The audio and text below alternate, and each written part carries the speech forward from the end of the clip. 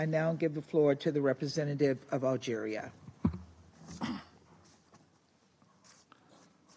Madam President, we thank Mr. Khaled Khiari for his comprehensive briefing. And we take note of the interventions of the civil society representatives. We extend our gratitude to the Secretary General for his sobering report on the implementation of Resolution 2334.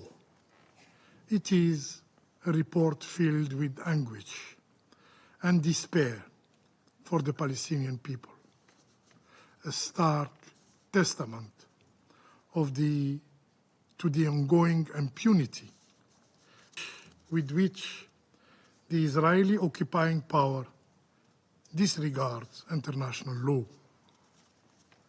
It also reflects the paralysis of the international community in the face of such blatant and systematic violation. This report is yet another painful reminder of our collective failure to uphold the right and dignity of the Palestinian people. Madam President, in Gaza, people are not living. They are simply waiting to die. People are not living. They are simply waiting to die. As the Secretary General himself recalled, the catastrophe in Gaza is nothing short of a complete breakdown of our common humanity. End of quote. The death toll now exceeds 45,000. 45,000. 70% of whom are women and children, with more than 107,000 wounded. The entire neighborhood in Gaza have been demolished. Today, violence, disease, and starvation are omnipresent threat. Humanitarian aid remain highly insufficient to meet the immense needs of the population. Quite simply, Gaza has turned into a graveyard for the living. As if these miserable conditions were not enough, the Israeli occupying army systematically hunts Palestinian civilians from one shelter to another. On December 15, just 3 days ago, 4 schools sheltering displaced families were bombed, killing at least 50 people. For those who doubted the gravity of the violation of the international humanitarian law under Israeli occupations, the facts presented in the Secretary General reports leave no room for ambiguity, leave no room for question. Objective observers will reach the conclusion that Israel is committing genocide in Gaza. This is meticulously documented by Amnesty International in their recent report, pertinently titled, "You Feel Like You Are Subhuman: Israel's Genocide Against Palestinians in Gaza." So what will the international community do in the face of this genocide? Will it continue to perpetuate impunity? Will it continue to perpetuate immunity? Will it continue to obstruct international justice? Will it continue to deprive Palestinians of their fundamental rights? Is it not time for justice? Is it not time for accountability? Stopping the ethnic cleansing is for us a moral and legal duty. Madam President, a ceasefire in Gaza is long overdue. We deeply regret this Council's inability to demand an immediate, unconditional, and a permanent ceasefire. The Security Council would have acted decisively to fulfill its responsibility to maintain international peace and security. We cannot continue to look away. Madam President,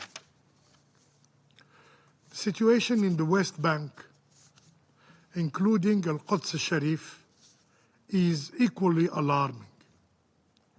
The Security Council, the General Assembly, and the International Court of Justice have reaffirmed that Israeli settlements and associated practices constitute flagrant violations of international law.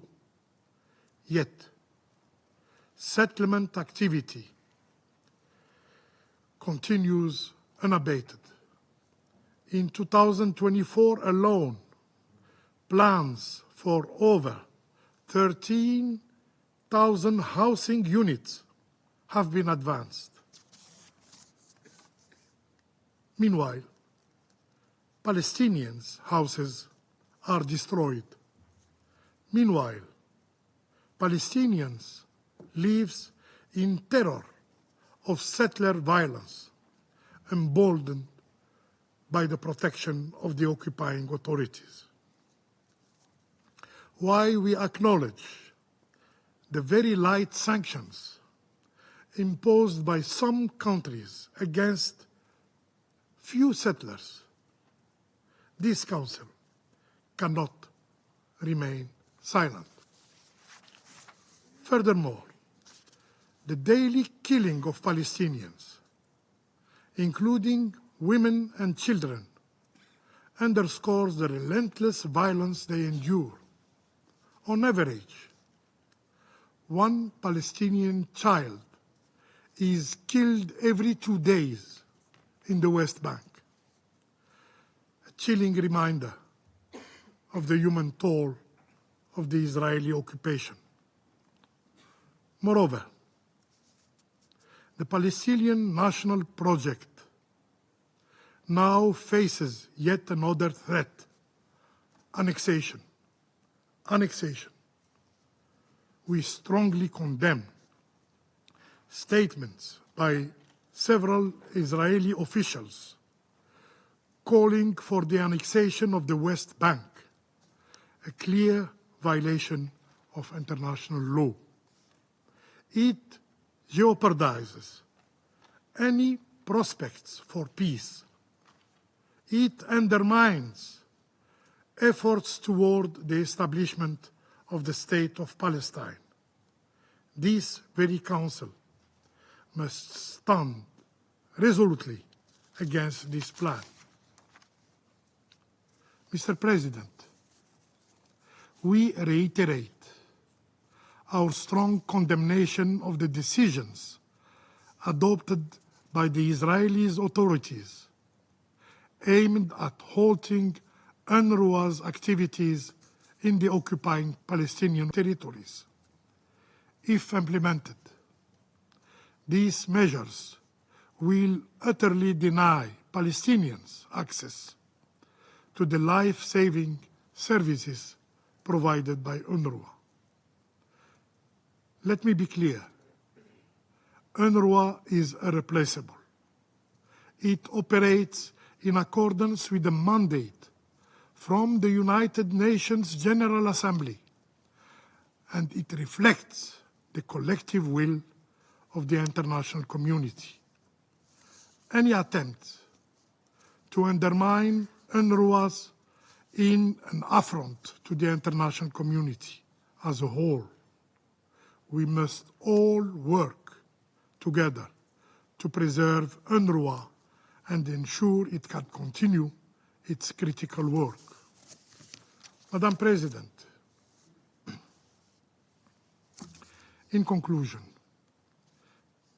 developments in Gaza, in the West Bank, in the broader region, offer a stark reflection of the true intentions of the Israeli occupying power.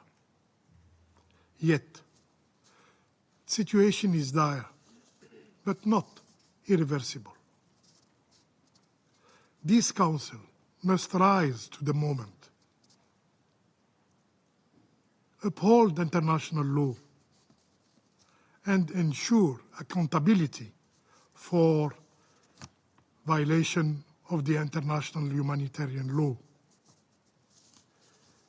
We owe it to the Palestinian people to translate our words into meaningful and decisive actions, to bring hope where there is despair.